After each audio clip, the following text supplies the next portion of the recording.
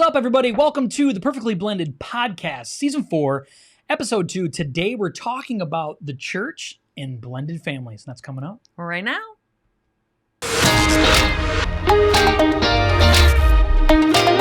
Are you a Christian and you are looking to take your faith, your family, and your future to the next level? Then this is the channel for you.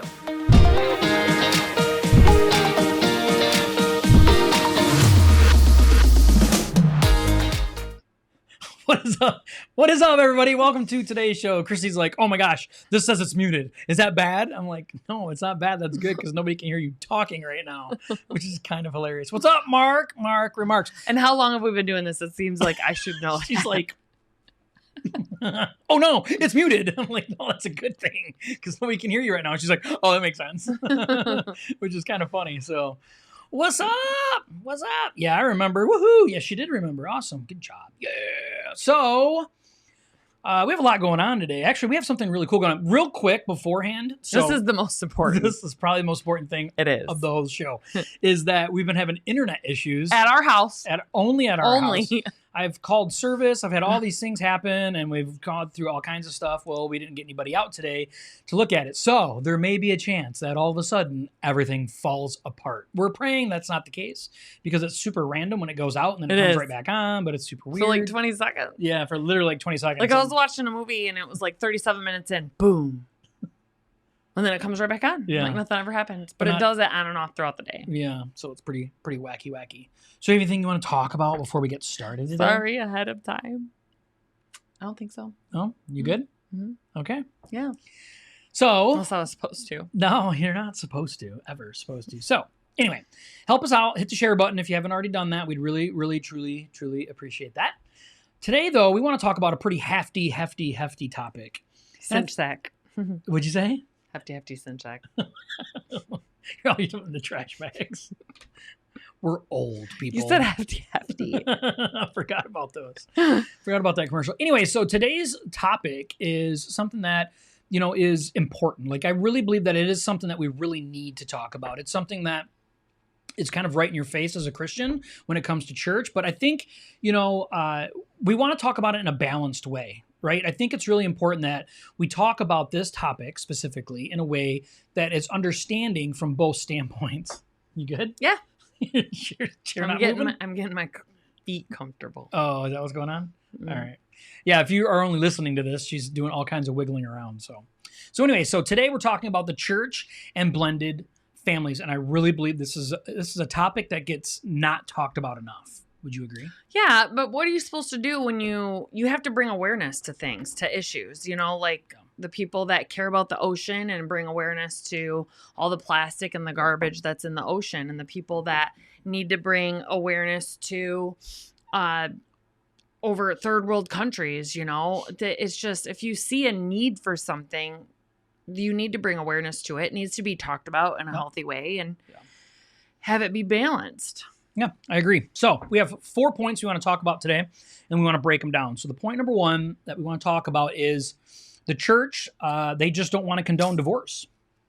No, and if you've watched our podcast before, we've had Ron Deal on our podcast, and he's been in this space a lot longer than us as far as witnessing to it or talking to it. Now, we've been in the space as actual members of the blended family community.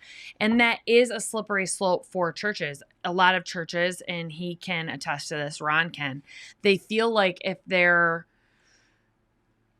like really supporting blended families and stuff in a way that could be condoning divorce, which it isn't. It's like you now are, God can bless the marriage that you're in currently. And if you are honest about that it was sinful, that God wouldn't have wanted you to get a divorce, we don't want to get into, if you were being physically abused or things like that. Yeah. We're talking about just regular 50% of Americans typically end the marriages end in divorce. Yep. God wouldn't want you to. God wouldn't want you to give up on that. God would want you to put in the work and the effort, as long as there's not infidelity and things like that going on, and work through it with one another rather than just call it quits and move on to something else. Now, however, Josh and I we both believed in God, but we weren't Christ followers in our other marriages. So then we get together and we come into the church community, and it's like okay, God is blessing this marriage. We want to put God at the center of our marriage, which we didn't at either one of our first marriages. Nope. And it's like, okay, that you end up feeling like that's not really fair. And the church doesn't really know how to deal with that because there's so many versions of blended families. Yeah. So many versions. So I would guarantee that it's just a slippery slope for them. They just don't really understand how they could support it and it not be, the other way. But it's no different than supporting a drug addict that has now turned to God. Like, you don't look and say, I'm a drug addict. I'm still a drug addict. It's like, no, God redeemed me from that. It's no different in the marriage. But like I told Ron Deal, you can look at someone and say, I'm no longer an alcoholic or I'm no longer a drug addict. Yep. I can't look at someone and say, I'm no longer divorced. Like, you can never say that. So I think it's just looked at differently. It is looked at differently. And I think, I think a really good example when it comes to this inside the church is if, I wanted to go to a church leader at a church and I'd say, hey, my wife and I have a ministry that we do, to help support blended families. And we really would like to be able to host a marriage class. Yeah. And most churches are going to be like, yeah. And Baptist why? churches, like, well, yeah, and I would say there's for every denomination. No, I would say some denominations, right? And I wouldn't say all, but I would say a lot. And if you ask Ron Deal, which we have, and he's been in this space for 30 years, he'll tell you the majority are like this, for the majority. That's why it's really hard getting ministries like blended family ministries in churches, because the church is just like, yeah, we're just not comfortable going there, so we're just staying away from it.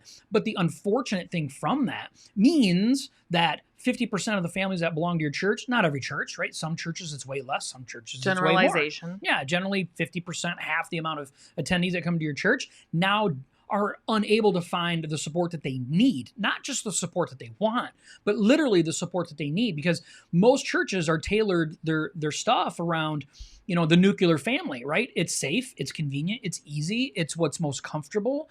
But if we look at the Bible talks about blended families like mad time, like craziness, right? It really does. So I just think that, a lot of churches, they stay away from blended family ministry because they're afraid that it's going to be supporting divorce. And one really has absolutely nothing to do with the other, And I could say, going to church, for the last 8 years really consistently and getting to know a lot of people involved in church, I think it is a fear. I think it's not an intentional fear, but I think it just is a fear. We don't want people to think our church, if they came 1 or 2 times and all we did is, talked about this, the blended family stuff, maybe they're thinking, oh man, this church, accepts divorce. So I can go get divorced and I can come back, which I think is just a big misconception on really what it's about. It is.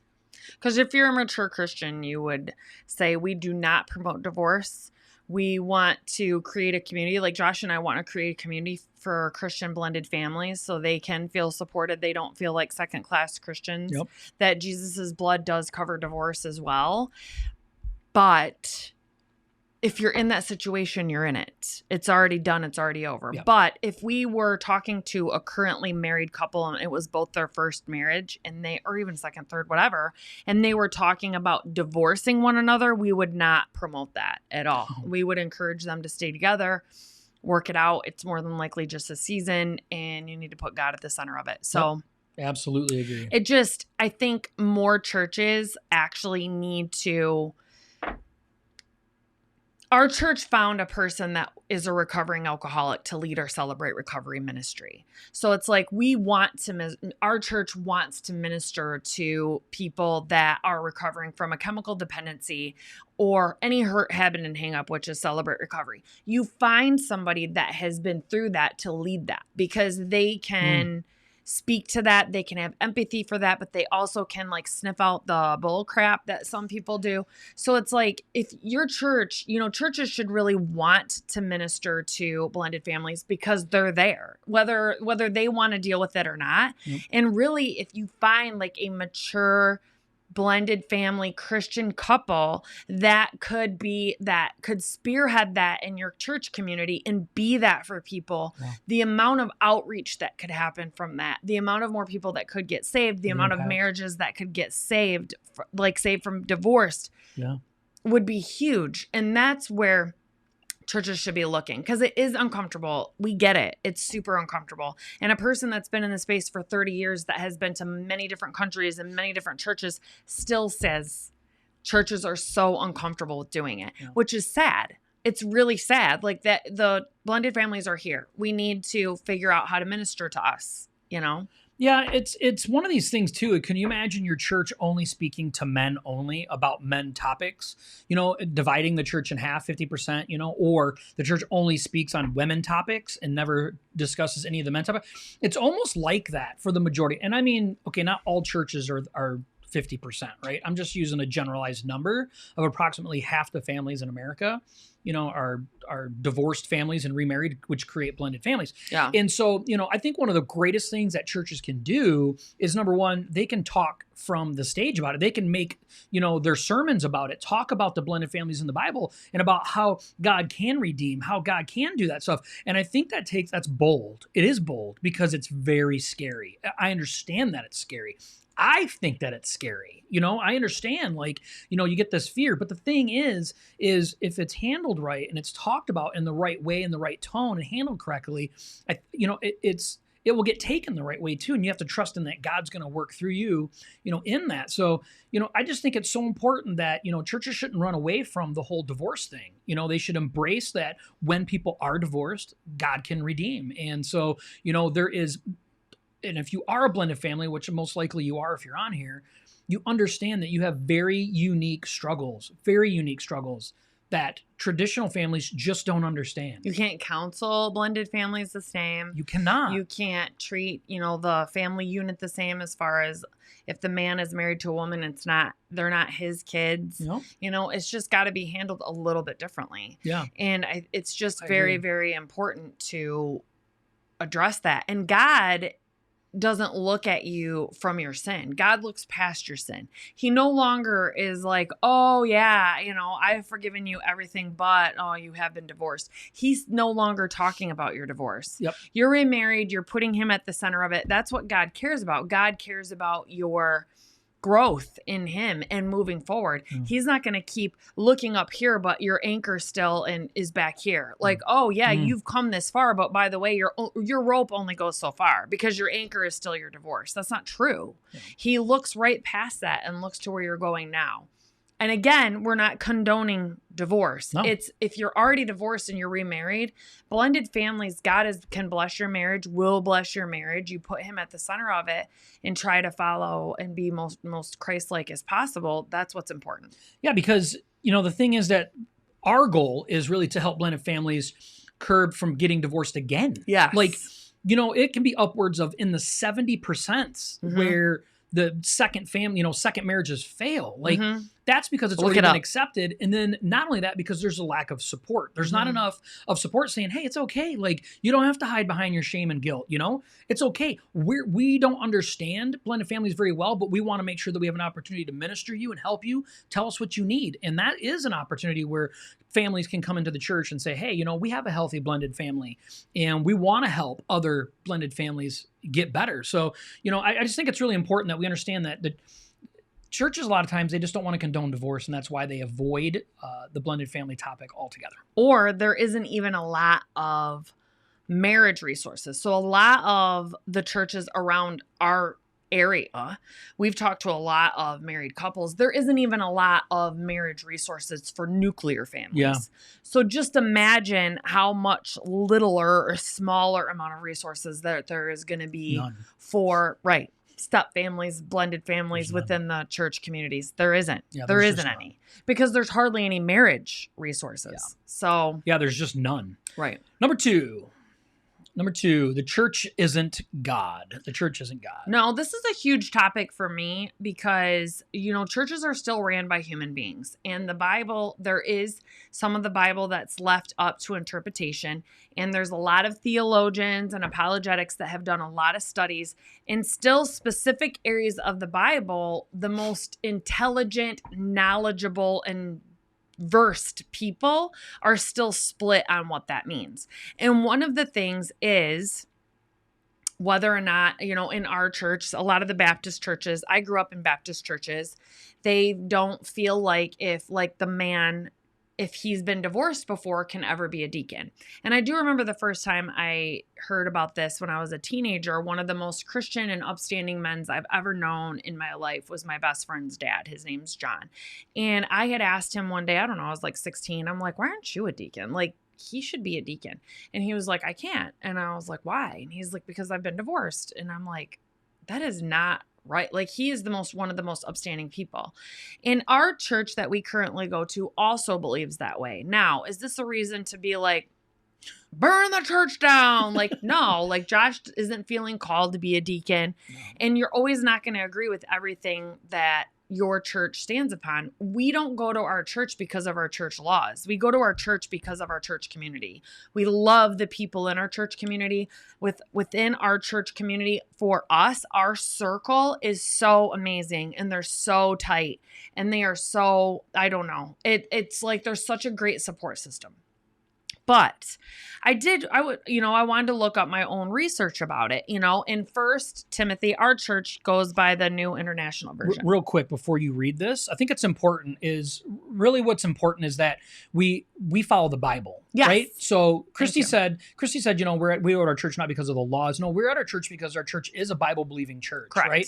It is a Bible-believing church, but there is still things where it's split down the middle when it comes to beliefs. And that's why she wants to read this Bible verse. And not just our church. I'm talking about like theologians, apologetics, like scripted people that have way more knowledgeable in the Bible and the history of it and all of that than us are split on it. So there is a verse in the Bible that says, it's in 1 Timothy. If you read through 1 Timothy, it talks about how the church should be set up and who should be what within the church. It really gives you a breakdown.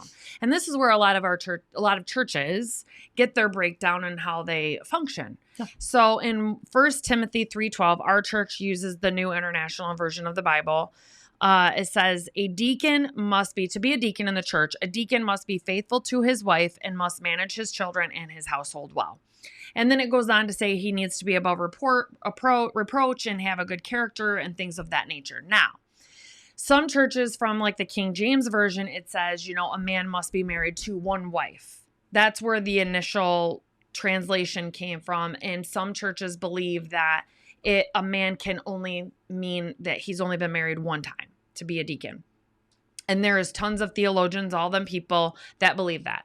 And then there's another whole side of theologians and them people that believe back in the day in the Bible, if you've read through it, a lot of the guys in the Bible were married to multiple women. They didn't just have one wife. Yep. And the most prominent people in the Bible, David being one of them, they had multiple wives. So when this came about, it's saying, to set up the church community in order for deacons to be a deacon, they need to be married to one wife. They need to be faithful to that wife, and they need to be above reproach, having good character, being an upstanding man of God, things like that. So some of those things, if you do your own research, and it really is like split, because we want to follow the Bible. Yes. Josh and I do. Yes. And our church does. But individually, you should want to follow the Bible. So if the Bible came out and said, no, if you've been divorced, you could never be a deacon type of thing, yes, we would want to follow that. We're always not going to like what the Bible has to tell us, but God knows better than us. Right. Now, though, it's like, okay, if it's left up to interpretation that way, and it's like a 50-50 split, you have to make a choice of how you believe. And I chose to believe like what God says. Everything is through love. Jesus forgives all sins. He washes them white as snow. So I believe that portion of the Bible would mean I'm with the other 50%. That mean like you need to be married to one wife because it was so long ago. They had multiple wives, and that you need to be a man of good character. So you should be allowed to be a deacon. Now, is this a reason for Josh and I to leave our church? No. We love our church. You just have to decide what you're being called to do in your life. Yes. Like if you're not being called to be a deacon and you just want to get out your pitchfork and like cause a stink just because you want to cause a stink, that's not godly either. Yep. So that's my like, the church isn't God. Like they're man too. You have to give them some grace unless you feel like you're being called to be a deacon. Then go find another church where you can be allowed to be a deacon. Yeah, I think the important part is exactly what she's saying, is that certain things, if we do our research, is that it becomes up to interpretation, right? Not up to our interpretation, But it's up to interpretation. And are we willing to be, really honest with ourselves about way that things are said? And now we can take things and twist them into our own favor. But I think this is where it comes to be a little bit of maturity in our Christian walk. Correct. And especially when we feel like outsiders a lot of times as blended families, are we understanding the church is not God? Like, we have to understand that God is God and his word is what matters. Right. And now, am I willing to dive deep into this and really understand it?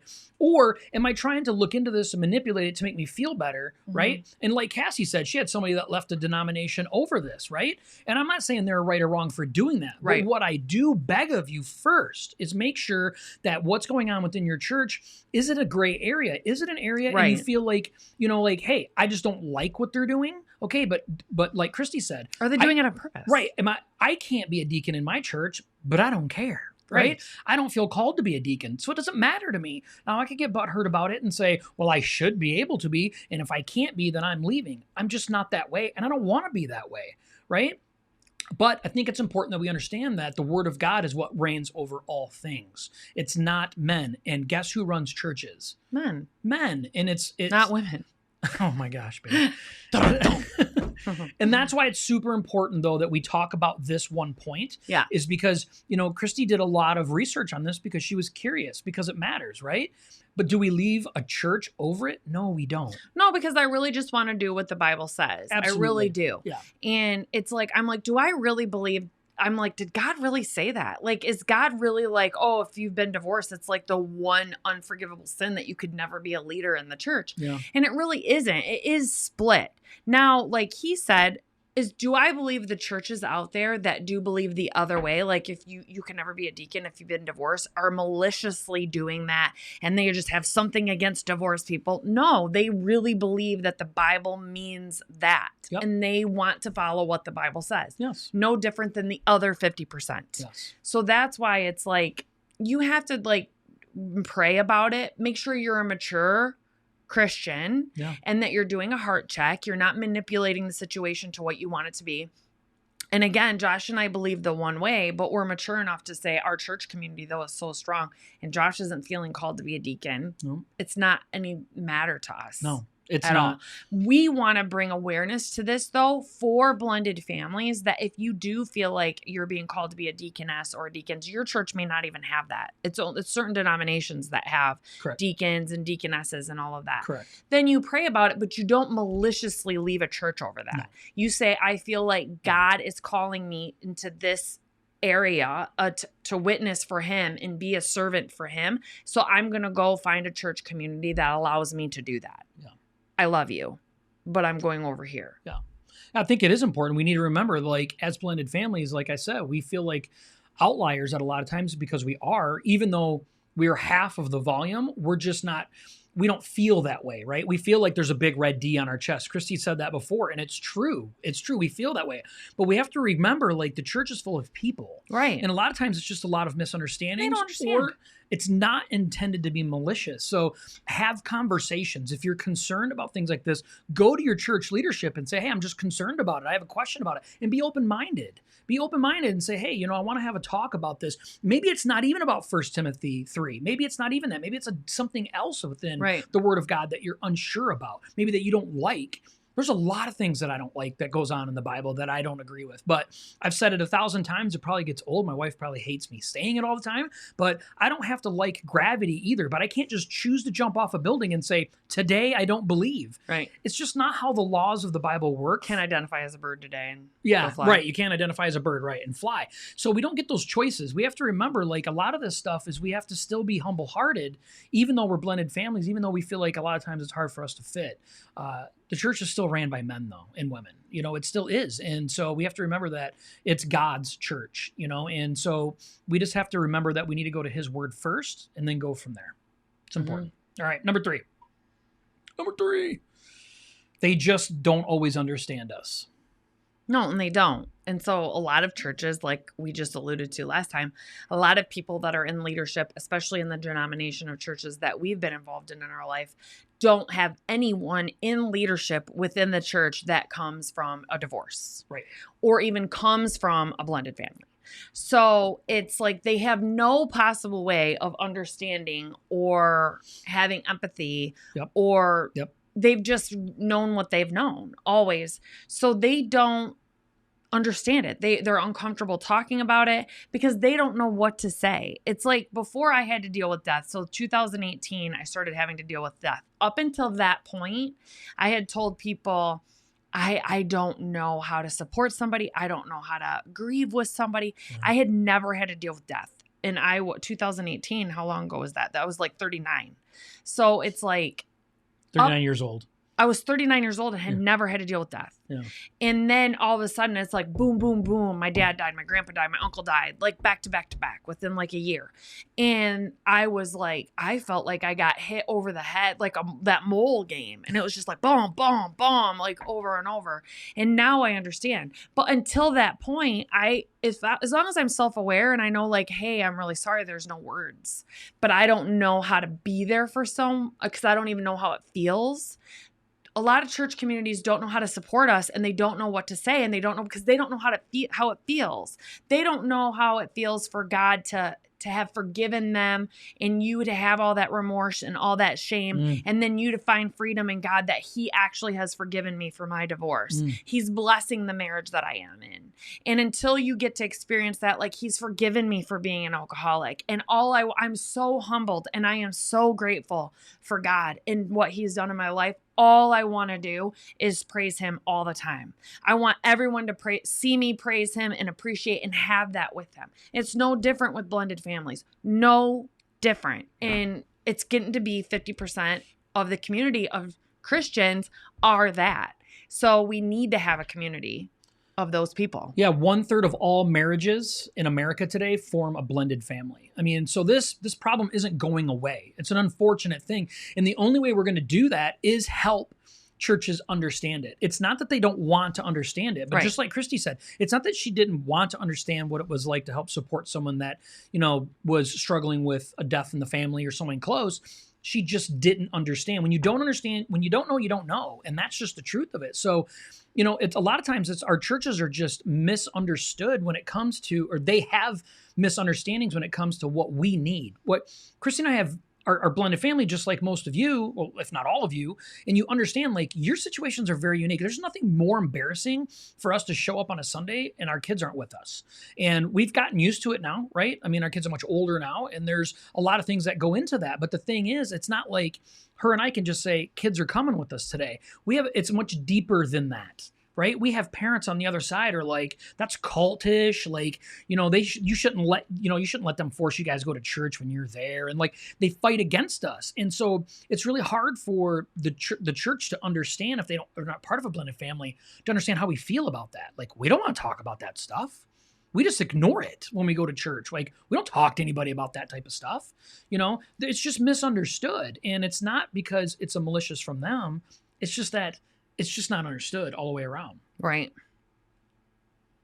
Exactly. I agree with you. Oh, I thought you were. No, that's for the end. Oh, okay.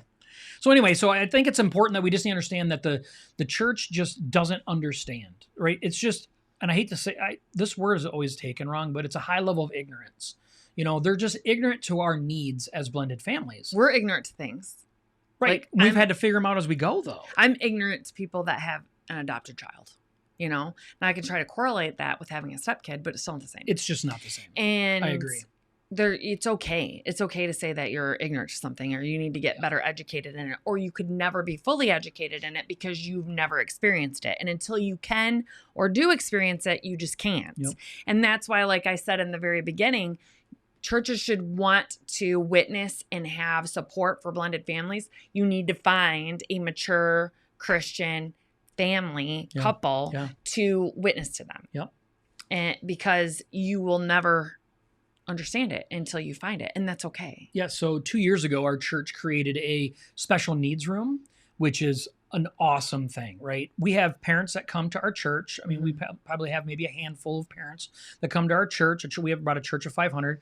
We have about a handful of parents that come, and it's really hard for them to go into the gathering and worship and listen to the sermon and stuff when they know that their children, which struggle with special needs have to be put in with the general population of other kids, right? That's really unfair to their kids, and they know that. So it's hard for them to come in and really. So the church came up with and said, hey, one family that has a child I with was going to special say, needs. but who created it? Yep. And they created a special needs room, and we sunk a bunch of money into this room, and and there's a ton of work that go into it, and it's just been a really big blessing to our church. That's probably for about 1% of our church that utilizes that. But we don't have anything for blended families at our church. We just don't. Mm-hmm. And we're talking, I would say in our church is probably more like a 30%, would be my guess of families are blended. We don't even know. No, I don't know everybody that's blended, but I would say it's not 50, right? We go to a Baptist, believing church. So it's a little bit more on the other side of it than it is on, loosey-goosey, if you will, or acceptance on that type of stuff. I think our church is really doing a good job growing, but nonetheless, it's probably more like 30%, but 30% of the church is underserved in a certain way, but 1% of the church is getting served, for a different type of ministry. And it's the same. It's just misunderstood. It's looked at differently. It is. Because having sensory issues wasn't a choice. It's not considered a sin, but divorce is. And it could be. I mean, it very well could be. All right, for the last thing, number 4 we want to talk about is stepkids actually fall through the cracks in church ministry. Yeah, so I kind of want to address this from, Josh has a really good example that he can talk about with it. And so I want to leave that for him. And I kind of want to address this from a different side. It's not just stepkids, okay? So in blended families, we have families within our church that have adopted children. And I think kids of blended families get not thought of the same way. So if you're a kid and you have been adopted and you're growing up in a nuclear home where the mom and dad are together, neither one of them have been remarried before, they're still together, they have other kids or no kids, and they've adopted you. That doesn't mean that child, as they age and as they grow, are not going to wonder who their parents are, where they came from.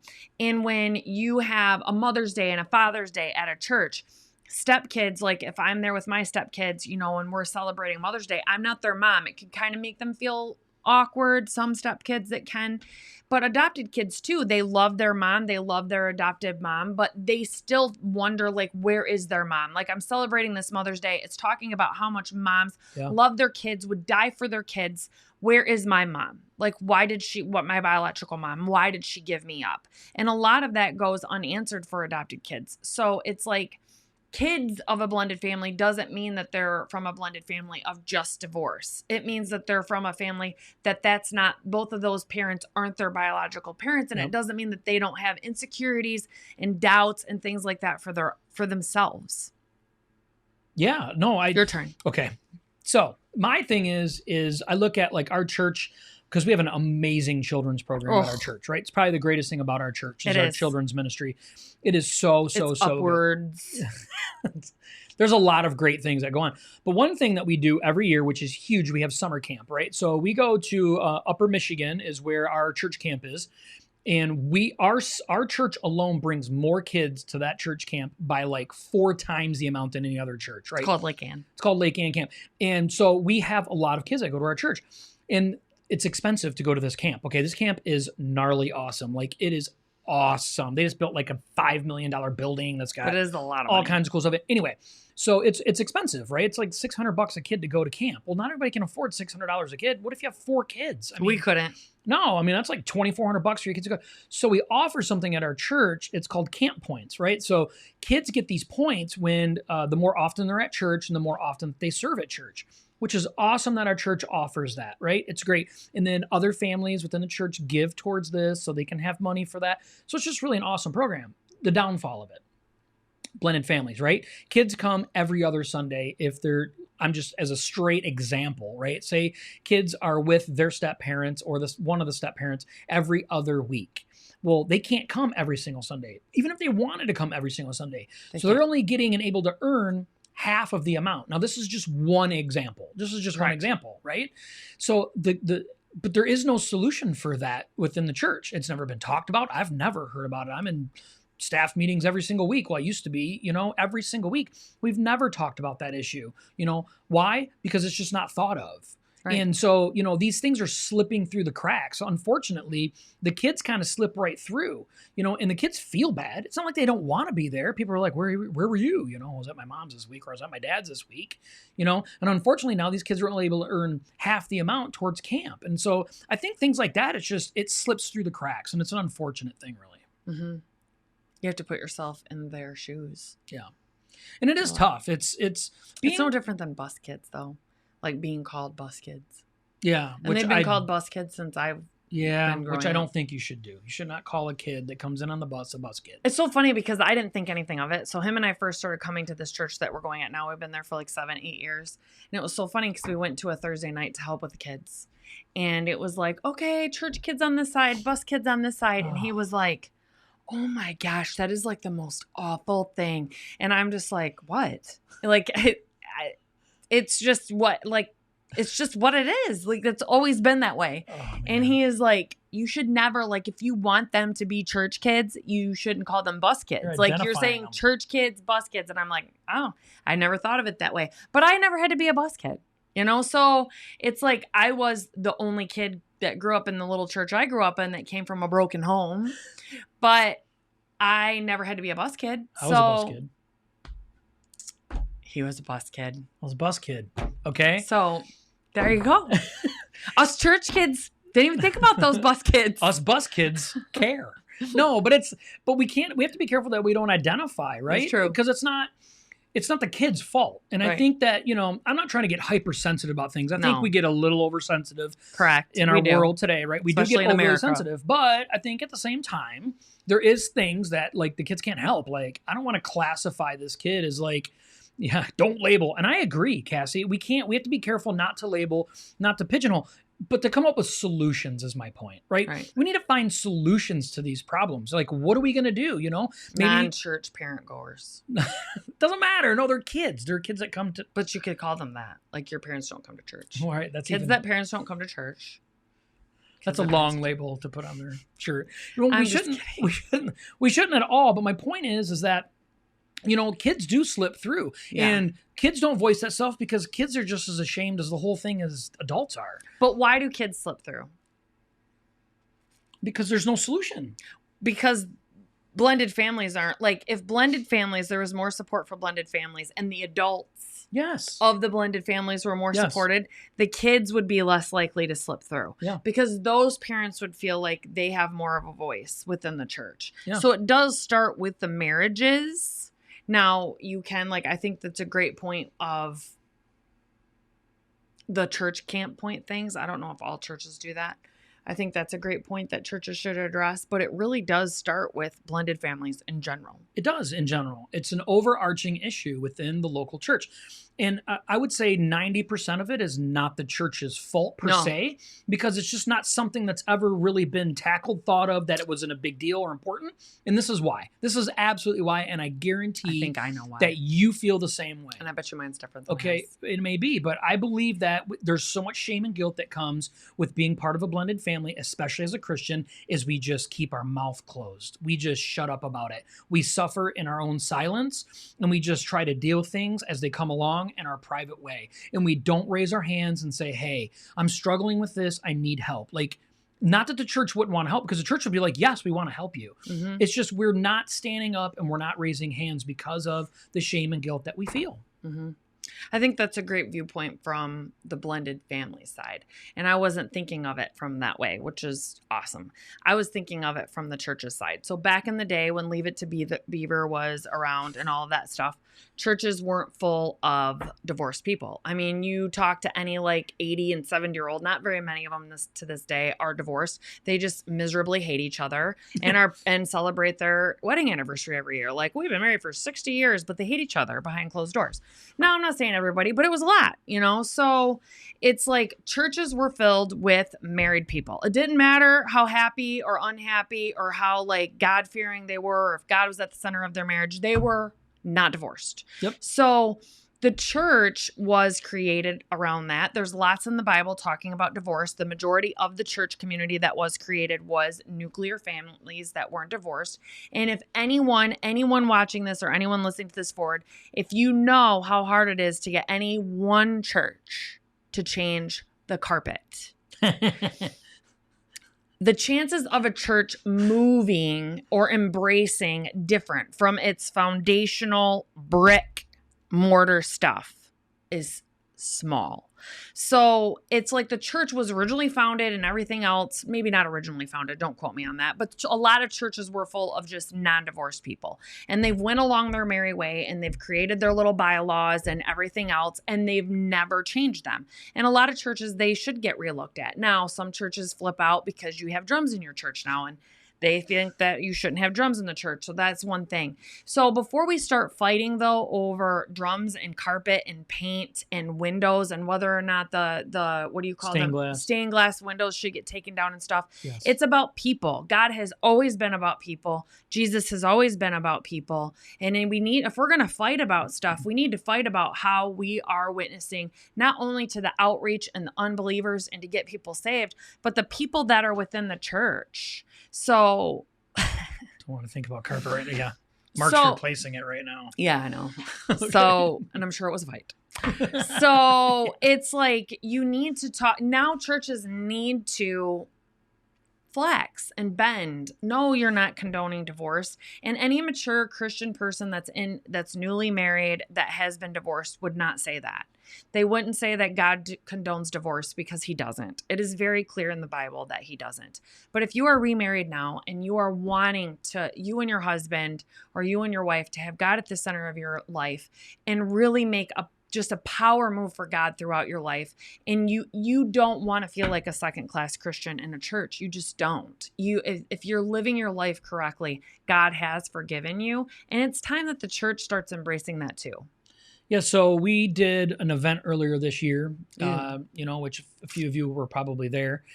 And ever since then, we had people reach out to us and say, hey, we want you guys to come to our church. We want you guys to come to our church. And we've reached out to, I don't know, maybe 4 churches and had conversations with these churches. Pastors. And none of them were willing to follow up with any type of interest in it. But the people want us. But the people want us. And I think that's a big statement. I think that's a huge statement in the whole blended family ministry thing. And it testifies exactly what Ron Deal says to us. He's like, this is a brutal place to be, but it's necessary. Like, we need more people rooting and caring for blended families. We do, because there's just not enough. I'm on staff at my church, and I'm the only person on staff that is divorced. Not that that's a bad thing, right? Not that is, but it's a perspective thing, right? It's a perspective thing. And so, we need more perspective within the church, especially in leadership.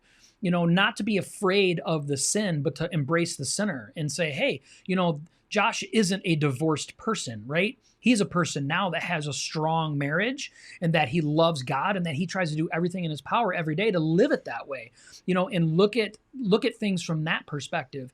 And I think that it just takes us to be noisy and loud about our blended families and our struggles that we go through, and to our church, to our local church, is to open our mouths and be open about it. And I know it's scary, but I think it's necessary. Yeah, it's like telling somebody they can never be a police officer if they ever got a speeding ticket. I mean, it's to me, it just doesn't make sense. The woman at the well is talked about and preached about in so many circles, and the impact that she made on her city when she went back. And it says very clearly in the Bible, you have been married 5 times. And in fact, the person you're with now is not your husband. Yeah. And she had been married 5 times and apparently divorced 5 times because the person she was with at that time was not her husband. Yep. So, and her testimony is talked about and preached about all the time. So it's not condoning divorce. It's condoning God's mercy and God's grace and God's healing and his life-changing effects that he has in people's lives. That's what it's about. It's about running back into this city saying, oh my gosh, God has saved me. God has forgiven me. And all I want to do now is serve him. All I want to do is tell others about him. That's all I want to do. That's what it's about. Yeah. Yeah, it's knowing that you're accepted and loved. Not, not because of your sin, not because of what you have done in the past, but because of your heart and where you are today. That's why I love, God forgets our sin of yesterday. It's completely gone. It's left. And so he cares more about who we are today and where we're moving forward. And that includes blended families. Even though it's hard for the church to embrace that, just know that God is not the church. Because it's uncomfortable for them. It is uncomfortable. You have It's to help them. Bring awareness to it. Be that person. Yeah, so that's a big reason which we want to end today. It's a big reason why Christy and I, we think about the problem when it comes to blended families. How can we have the greatest impact other than trying to go to churches and speak to the people within the church, right? Is the best way to solve a problem is to try to catch it before it becomes a problem. So what we're trying to do, what we're right in the middle of doing right now, is we want to create a premarital or an early marriage course for families for a lot of reasons, right? But a couple major reasons. Number one, to try and help them before the problems become a big problem. And number two, something they can do in the privacy of their own home. Mm-hmm. Because it's not comfortable raising your hand in church or standing up and saying, come on, husband, come on, wife, let's go to counseling, right? There's a lot of reasons why this could be so impactful. So we're in the middle of putting something together like that as we speak because of how important it is. And my dog right now is back behind the camera. I'm not even joking. That's what I've always We're been going to sign about. off, though, before this happens, all right? Well, we wanted to talk about he's stuck. No, he's stuck, and he's going to knock it Why right we over. changed our name. This is hilarious. just talk. To Perfectly Blended. To Perfectly Blended because we started out with the Couple on Fire. Josh is protecting the camera. I'm holding it down. This is actually super funny. I wish I could record this right now. So we started out as the Couple on Fire, which a lot of you knew. And then we should have had the door closed. There's no kids. We were like, there's no kids here right now. So we can just leave the door open. And no, we have dogs still. That is brilliant. That are like old men, really. That was great. But we started out being the Couple on Fire. We really wanted to bring awareness to blended families and to also help people take their faith, family, and future to the next level. And we really loved the name Couple on Fire.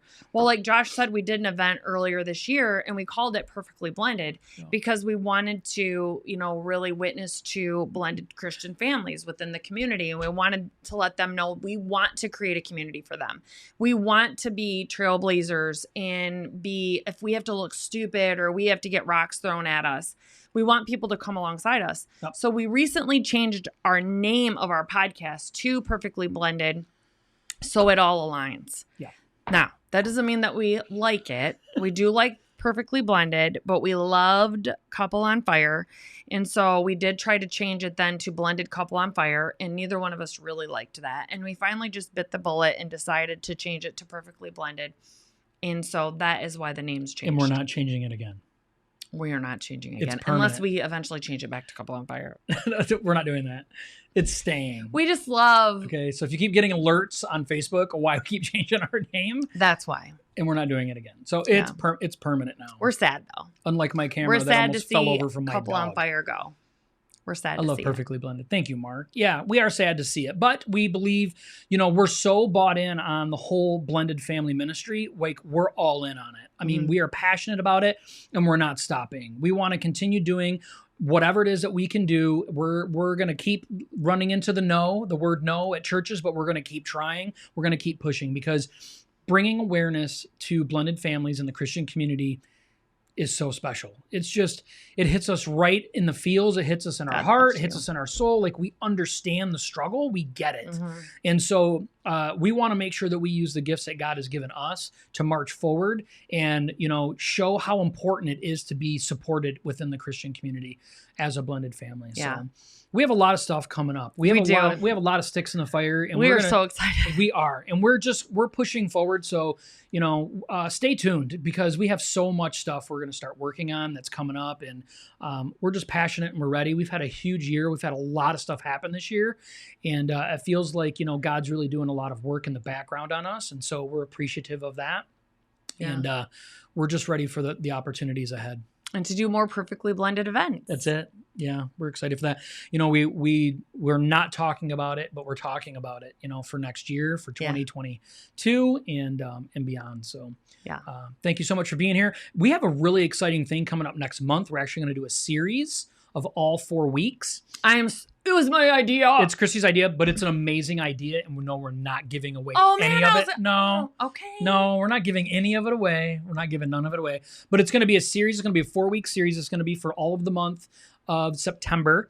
And I believe that it's Blended Family Month.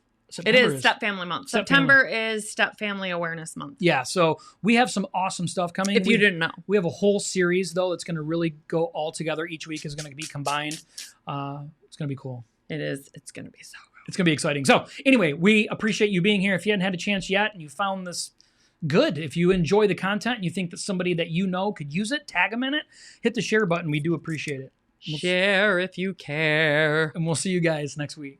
Bye. See ya.